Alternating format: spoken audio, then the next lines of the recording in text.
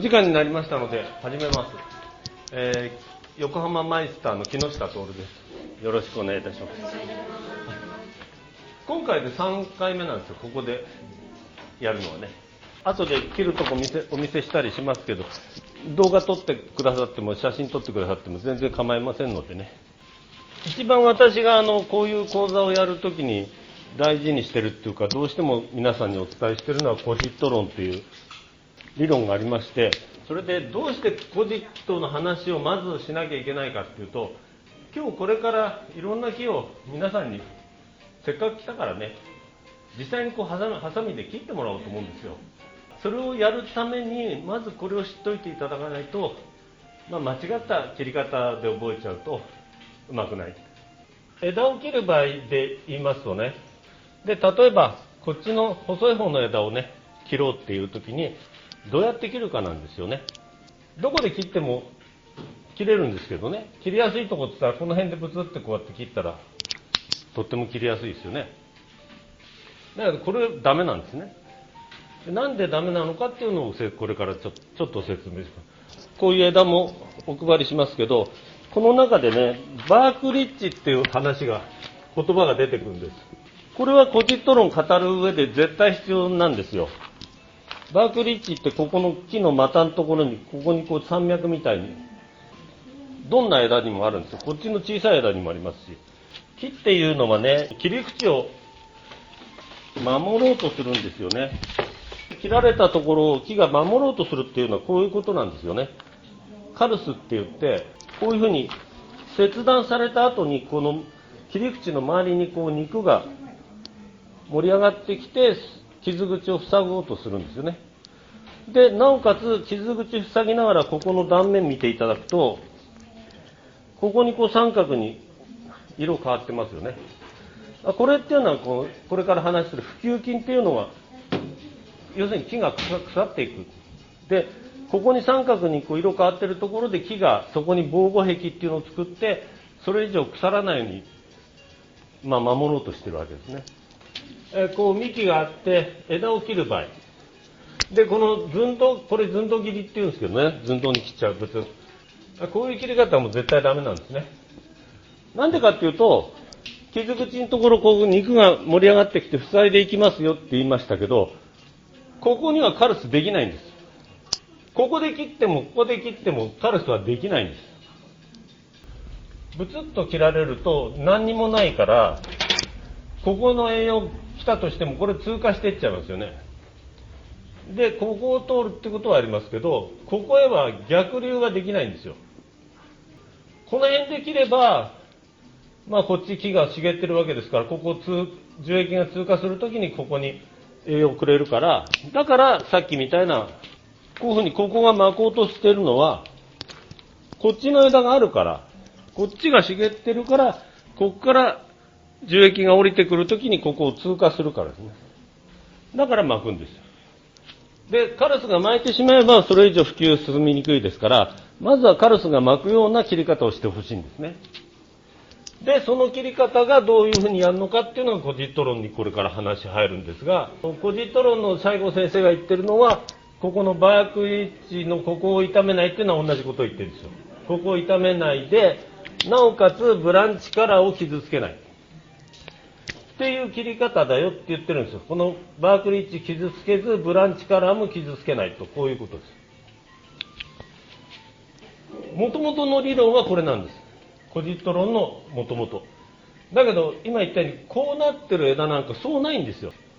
じゃあブランチカラーない枝はどうするんだって、ほとんどないじゃないかということでいろいろ試したわけですよ。何年もかけてね。で結果を見てっていうことで、ですからこれから皆さんにこう切って枝をね切っていただくときもそういう切り方をしていただきたいということで今お話ししてるんですけど、それでもう一つは、今日お伝えしておきたいのは切り戻し剪定ですね。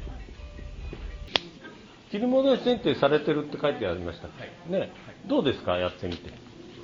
そうやった来年の結果が見てない。ああなるほどね、はいはいはい、だんだん楽になる手入れの仕方なんですよね、バツバツバツバツたくさん切るとね、切り口が増えるだけで、そこからたくさんの芽が吹くから、どんどん茂っていっちゃうだけで、逆効果ですから、だから木を小さくして、なおかつ、あんまり茂らせないようにする。そこの勘どころっていうかね、それをお伝えしようと思って、この切り戻し剪定っていうのをこれからやります。で、その場合は、枝を切るっていう方の切り方じゃなくて、こっちを切る切り方になってくるんです。切り戻しってことは。こっちを切るのは枝払いなんですよ。この枝を、細い方の枝、幹があって、枝をだんだんだんだんってこう、全部落としていくのは枝を払ってるだけ。剪定ではないんですよね。それでこっちを切る。こっちをなくして、こっちを残す。それが切り戻しなんですね。だから切り戻しっていうのは必ず、二股の方の、二股になってるやつの太い方を切る。っていう認識で今日切ってほしいんですよ。だから切ろうと思って細い方を切ってるなと思ったら、それはただ枝払ってるだけだなと思ってしまう。それは切り戻し剪定じゃない。で、こっちを切る場合はどうするかっていうのは、これと同じなんで、そこ間違えないでほしいんですよ。巷ではね、こういう幹を切るときに、こうやってズドーンってまっすぐ切ってるのがほとんどですよ。ほとんどの、植木屋でもそうやって切る。なぜかっていうと、この理屈を知らないからね。この方はなんか、見たくれいいし、いいんじゃないかなぐらいのことでやるんですよ、水平切り。だけど間違いですよ、これは。真似しちゃダメです。なんでかっていうと、理屈に合ってないからですよ。で、さっき言ったカルスが巻かないんですよ。こうやって水平切りした切り口、カルス巻いてるの見たことありません、私。巻かないんです。なんでかっていうと、理屈に合ってないからです。これも同じなんですよ。この幹の通りがこうでしょ。で、これと垂直に交わる線が、これでもいいですけど、ありますよね。で、これが何でしたっけ？バークリッジ。そう、覚えたじゃないですか。覚えてくださいね、バークリッジ。そう、バークリッジ。ね。そしたら、この、通りの垂線とバークリッジを二分する角度。こうやって切るんですよ。斜めに切るんですよ。これを本当に知らない人が多いんだよ。みんな水平に切るんだよね。水平に切るとどうなるかっていうと、もちろんさっき言ったようにカルス巻かないからね。これですよね、要は。これですよ。こうカルス巻いてるでしょ。巻くんです、これは。こういうふうに切ったらどうなるかっていうと、こうなって、こうなると、この後どうなるかっていうと、ここになんとなくこう襟ができるんですよ、さっき言ったように。ここでカルスを巻きたいなと思って木がそこにちょっと肉をつけようとはするんですよ。だけど、さっき言ったように、ここから来る樹液は逆流できないから、こっちへ上上がってここを塞ぐってことはできないから、ここを通過するときにここを直すだけだから、ここにカルスはなんとなくできる。だけど、この部分は枯れちゃうんですよ。ね。それで、これの、こうなって、ここで切った場合、カルスができるんですけど、できないとここの部分、出っ張った部分は枯れる。で、枯れたのがどうなるかっていうのはこの断面ですよね。で、枯れて、ここを正しく切ってカルスが巻いてもこれだけの普及が入るんです。普及筋は正しく切ってもこれだけは入っちゃう。どうしても入っちゃう。これが入らないようには切れないんです。だからあとは正しくこう切ってあげて、これが最小限にとどまるように助けてあげるっていうのが我々の役目なんですよね。だけどこうやって切られたやつは、ここの枯れがこれで止まんない。ここだったらここで止まるんですよ。これはここの枯れがずーっと中に入っちゃうから、幹の中に入っちゃうんです。止まらないの。こうやって切り残しすると。こんな風にね。一旦ここで三角に普及が止めようとしたけど、切り方はどっかが悪いと、この枯れがずーっと中まで入って、それでこう木がうろになっちゃったりするっていうのはこれですよね。だからこれはダメですっていう。切り残しちゃダメですっていうことです。これから切っていただくときは、ここを必ずこうやって切ってください。それがお約束です。この角度がまず大事。それで、その次に大事なのは、こっちの太さとこっちの太さの比なんですよ。これが2分の1から3分の1だったら、まあほぼ確実にカルス巻きます。樹勢があれば。その比が。こっちが5の太さあってこっちが1だとか、もっと言えば10の太さに対して残す枝が1だったら、この栄養をいくら持ってきたって足りないですよね。こんだけの傷口を塞げないんですよ。だから切り戻す時もその太さを選んでほしい。切りたいところで切るわけじゃなくて、木の都合をちょっと考えてあげて、どこだったら木が負けないで済むか。これを踏まえて、まああと1時間半ありますから、ハサミご持参の方、そんな熱心な人います？偉い。そうじゃないかね。本当は募集のところに書こうかなと思ったぐらいで、ハサミ持参ですなんてね。好奇心を切り落としてサイトカイニンを目覚めさせるって、そういう剪定が切り戻し剪定でもあるんですね。ホルモンのことで言うとね。いうことです。まあ理屈ばっかり言っててもしょうがないからやってみましょう。はい、切り戻ししてみましょう。こっちを残して切り戻すって言ったら、これちょっとコブがあるから邪魔ですけど、こういうことですよね。こういうことですよね。こういうこと。バークリッジ傷つけなくて、角度的にはこう。なるべく力を抜いて。スースいくでしょ。上手。そうやって大きく使うといいですね。ここの位置ですか？あ、いいですよ、そこで。まだ段階的にこう落としていきますよね。両方切っちゃえばいい。そう、これも一緒にこう切ればいい。はい、そんな感じで。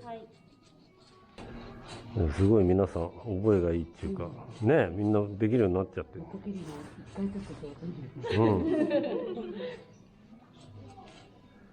これ切りやすいです。切りやすいでしょ。ノコ自体も軽いしね。で切れ味もなんか軽い感じするし。うまいよみんなね。とっても上手ですよ。いい感じ。あと梅の木ね。こんなになってんのよくあるでしょ。徒長枝の先をちょんと詰めるだけにするのが一番花はたくさん、実もたくさんってことになるんですけど、ただ庭木だとそうはいかないでしょ。これビヨンとしとくわけいかないんで、だからさっきの切り戻しでこういう枝を残してここまでとかここまでとかね、こっちを切るしかないんだよ。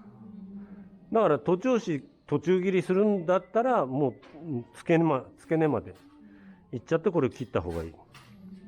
枝を作るんなら別ですけどね、ここにこうちょっと枝が寂しいからここ枝作ってまた切って枝分かれさせてってやって枝を作っていくなら別ですけど、そうじゃなければ徒長枝はもう家庭の梅だったら徒長枝はもう元から抜いた方が無難ですね。もうこれをだから途中でこんな残して切ったりとか、この短いこんな風に切ったりとか、それが一番最悪ですよ。ここでまた枝出たらもう次の時処理できないからね、ぐちゃぐちゃになってこんな風になっちゃうってことですよ。途中切りしたやつからまた出てまた途中切りしてって、こんなになるともう嫌になっちゃうでしょ。こういうのをよく見ますよね。でもね、こうしないためにちょっと残しは絶対やめた方がいいですよ。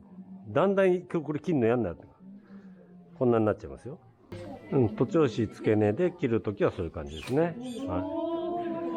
切り戻し、ここを切り戻してみて、これ残してこっちを切り戻す。これを残してこっち。はい。ここですか。なんかこっちから入れた方がいいと思います。はい、ですね。徐々に切り戻ししてください。もう一段階。次。深く入れて、はい。はい、次の段階。徐々に行きましょうよ。次はこいつを残してこう切って、はい。はい、あ、そうですね、角度をうまく。はい、刃を入れていただいて狙っていた、はい、いいですね。あ、いいですね。だからこれって広角になりすぎてるんですよね。この枝の範囲がこの辺まででいいんだけど、こっち行っちゃってるから、もうこれはだから使えないんですよ。だからこれでなくすってこれでやっとなんかこうちょっと自然な感じになってくる。で、あとはこういうところはもう切り戻しですよ。だからこんな風に切り戻す。ね。まだこう変な枝ありますよね。こういう枝とかね。これなんかも細かに言えばもう少し弓枝ってまた説明するといろいろ面倒くさくなりますけど、まあ、そういう枝はなくすっていう習慣をつけるとこういうとことかだな。枝の広がりの強いやつはなくしていかないと結局どっかでぶつかってくるんですよね。これも言ってみればこれがこれ以上こっちに広がってこれ来るとこっちと干渉してくるでしょ。でここで交差してくるってことになるわけだから、だからこっちはこっちでここから出たのをこの方向で収まっておくんだったらこれだけにしてこっちをなくしていくとかいうふうにしていってこのテリトリーを守らせるっていうのは一つの手ですよね。あんまりこう広角に広げない。これをちょっと押さえてやるとこの干渉がなくなっていくからこっちは伸び伸びしてくる。もみじはねなかなか難しいけどうまくいくと楽しいですよね。先生、ビワもコツってあるんですか？ビワはね、例えばもうこのちっちゃい枝残してね、これなくすとか、ここで切っちゃうとか、これとこれ切るとここだけになるからここまでになりますよね。こうなってこれとこれ残せばね、ここまでになる。小さくするね。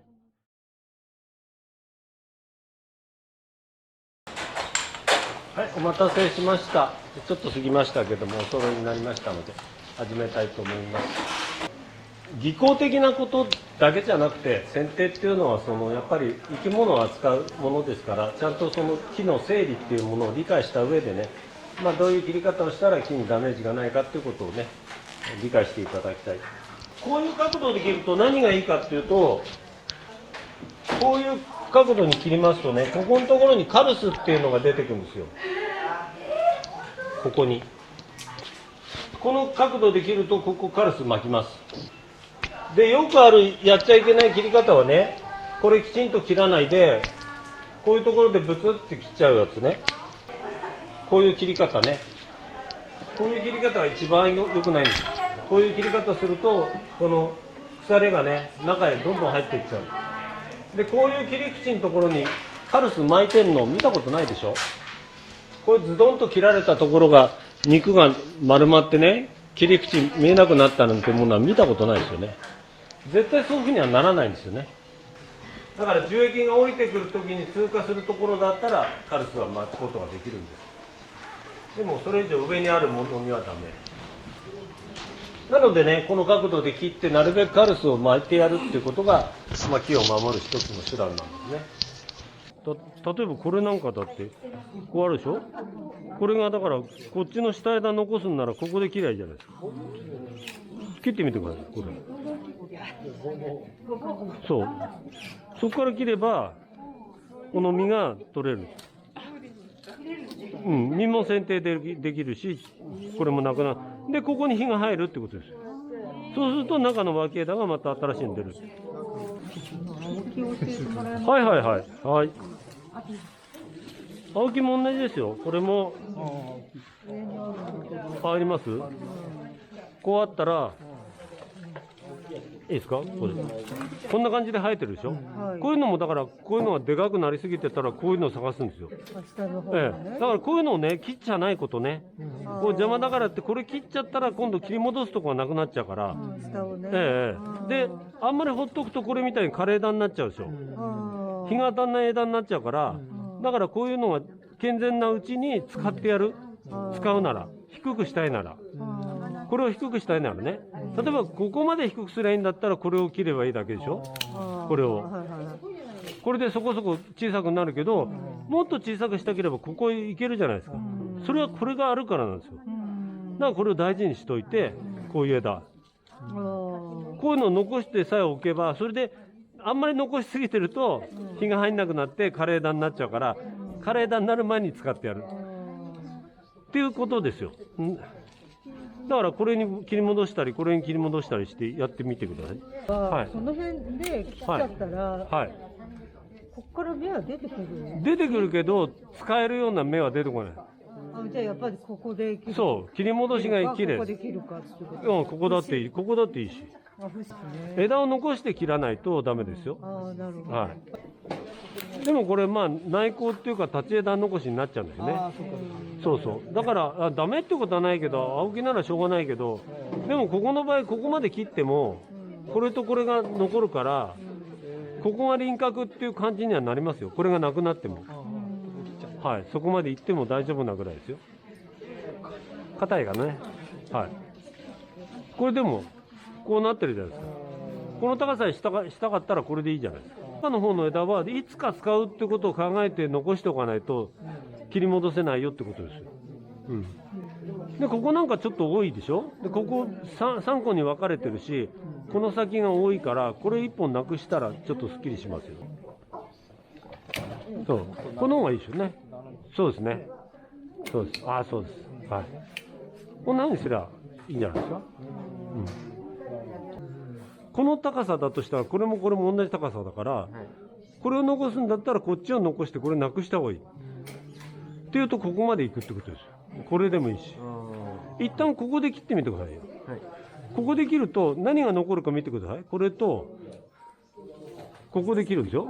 このちっちゃいのも一緒に切るんですよ、こういうふうに。ちっちゃいのも一緒に。こういう感じで切る。こういう感じで切ると、これが残って、これが残るでしょ。で、さっきのこれはなくなります。これも。だけどその方が綺麗に見えるはずだから、ここで切ってみてください。もうちょい深く加えて。届かないから。そうそう。いいです。これいい感じです。ほら。ね、高さもだって、この高さがね、これでいいんだったら、これとこれでいいじゃないですか。そしたら真ん中ない方が綺麗でしょ。こういう感じです。で、こっちの2本がいいんだったら、これなくてもいいんだったら、こっちを落とすとか、こっちね。それを落とせば、そうです。角度いいですよ。いいですよ。こんな風に切ればよくないですか。はい。はいはい。で、もう一段階行くなら、ここで切るとか、そういうことですよ。段階的に考えてって。で、あんまり下の方行くと、さっきの太さの差がうまくないなって太さの差になってくる。4対1とかにここだとなりそうだから、ここまでは無理だなとか、ここまでならいいかなとか、そういうことです。はい。ね、すべすべでしょう。のこぎりとは思えない。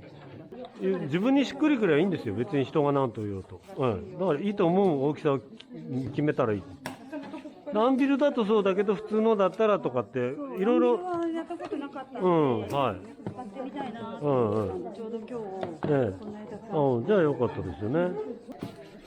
すごい上手だわ。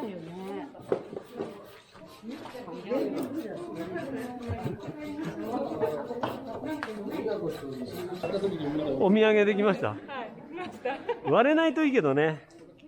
木の質が硬いからいいかもしれない。緻密だから。これで切れるんじゃないですか。はい。ね。そういう。やってみてくださいよ。こっち。これ。何回かやれば大丈夫ですよ。2、3回ぐにゃぐにゃってやれば。ほら。いった。早い。いや、めっちゃ半分。なんか感動的な。やってみて。やっぱ大きいのがどうなんだろうって思って。でもそれで今使えてるのはいいんじゃないですか。本当に使わせてもらうのが一番ですね。そう、使ってみるのが一番よ。欲しくなっちゃいました。やばいっすね。高いっすよ。